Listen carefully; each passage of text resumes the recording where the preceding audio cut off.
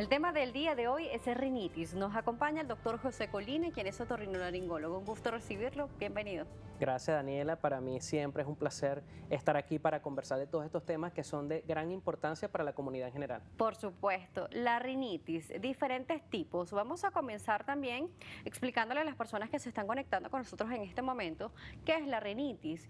Porque a veces decimos tengo alergia, pero a veces puede ser una rinitis alérgica. Pero ¿cómo diferenciarlo de las demás infecciones respiratorias, alergias realmente respiratorias? ¿Cómo saber qué es rinitis? ¿Cómo se hace este diagnóstico?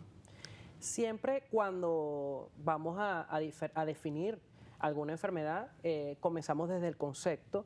Cuando hablamos de rinitis es la inflamación, ya sea aguda o crónica, de la mucosa de la nariz y los senos paranasales. En este caso puede ser una rinitis alérgica, que es una respuesta exagerada del organismo ante cualquier partícula del ambiente o cualquier alimento. Y está también la rinitis no alérgica. En este caso es el daño directo ya sea del frío, el calor, las hormonas, el trabajo, etcétera, directo sobre la mucosa de la nariz. No hay en juego una respuesta del organismo en general. ¿Okay? Los síntomas, aunque son muy parecidos e incluso también es muy parecido al de la rinosinusitis, que en este caso vamos a ver infección, siempre va a haber obstrucción de la nariz o congestión de la nariz. El moquito o el moco va a ser claro en el caso de la rinitis alérgica, y en el caso de la rinosinusitis ese moco puede ser un poco más verde, un poco más amarillento. Los dolores de cabeza suelen estar presentes. Normalmente la diferenciamos por los síntomas generales: fiebre, malestar general. En ese caso vamos a diferenciarla de una rinosinusitis. Por supuesto. Las personas que tienen o sufren de rinitis alérgica, ¿cuáles son las temporadas en donde más se ven afectados?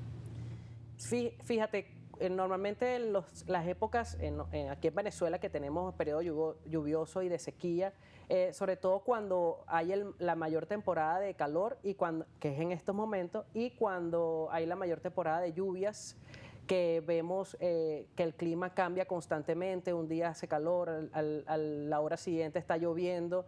Entonces esos cambios de clima, y sobre todo cuando, por ejemplo, se quema el Ávila, se da la quema del Ávila aquí en Caracas, podemos ver muchos síntomas, mucha rinitis alérgica en la comunidad en general. Por supuesto, este paciente puede sentir también algún tipo de molestia en garganta, puede sentir esa secreción que puede bajar hasta este punto. Sí, porque uno de los síntomas, aparte del moco que produce, que va hacia adelante, ese moco también cae hacia la garganta y la inflama, produce goteo postnasal, que es lo que conocemos nosotros. Y de esta forma va a producir una faringitis crónica también.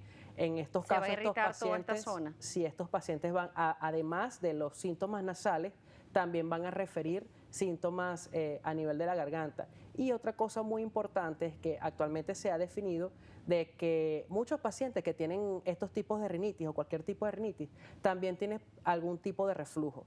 ¿Por qué? Porque la rinitis y el reflujo son dos patologías que suelen potenciarse la una a la otra. Es decir, un paciente con mayor cantidad de reflujo va a tener mayor cantidad de rinitis alérgica. Claro, porque además este paciente con reflujo gastroesofágico también puede tener, con este goteo postnasal, por estos moquitos que van a bajar de la nariz a la garganta, pues esa conjunción, y vamos a tener este efecto tanto de sentir que ese quemor por a través del reflujo y la irritación, y también como esa constante lubricación extraña que se siente en esta zona, ¿no? Suele pasar que estos pacientes sienten sensación de cuerpo extraño en la garganta constantemente, una sensación, una saliva que no pueden tragar.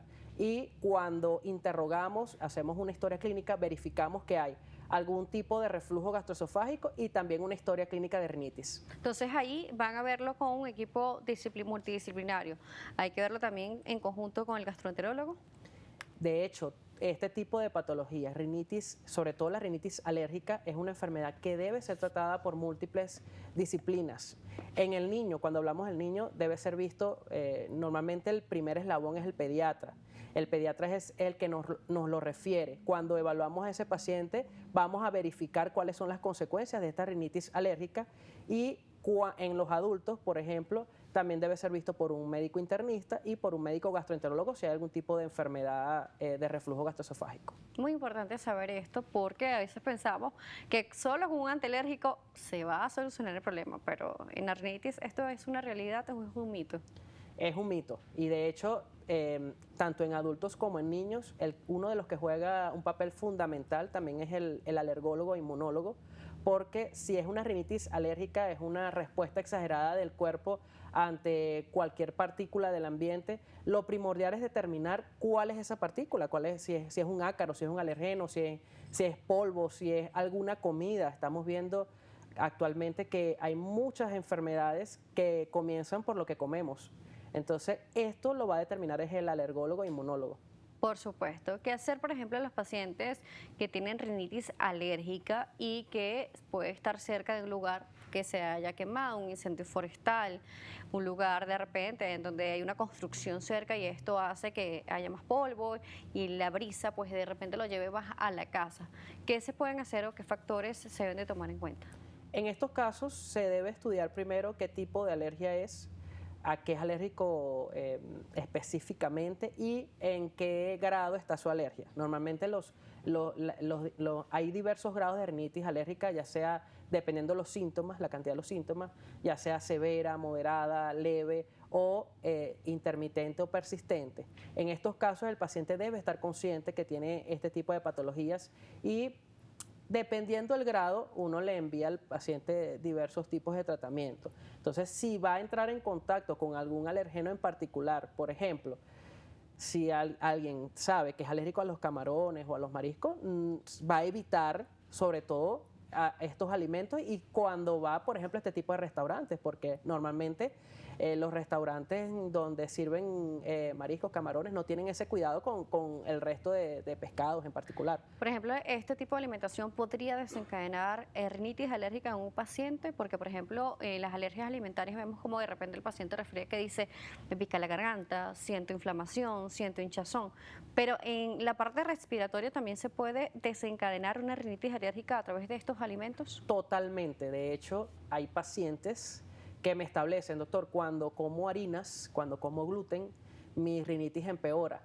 Y eso lo estamos viendo actualmente. De hecho, hay una enfermedad o una condición que es la disbiosis intestinal que están tratando muy frecuentemente los alergólogos e inmunólogos, en donde el gluten o los colorantes en la alimentación producen este tipo de síntomas, tanto nasales como en el resto del organismo. Vamos a verlo en la próxima parte y también cuáles son esos estudios. Nos dice que tiene que verse también con el alergólogo para saber cuáles son los agentes.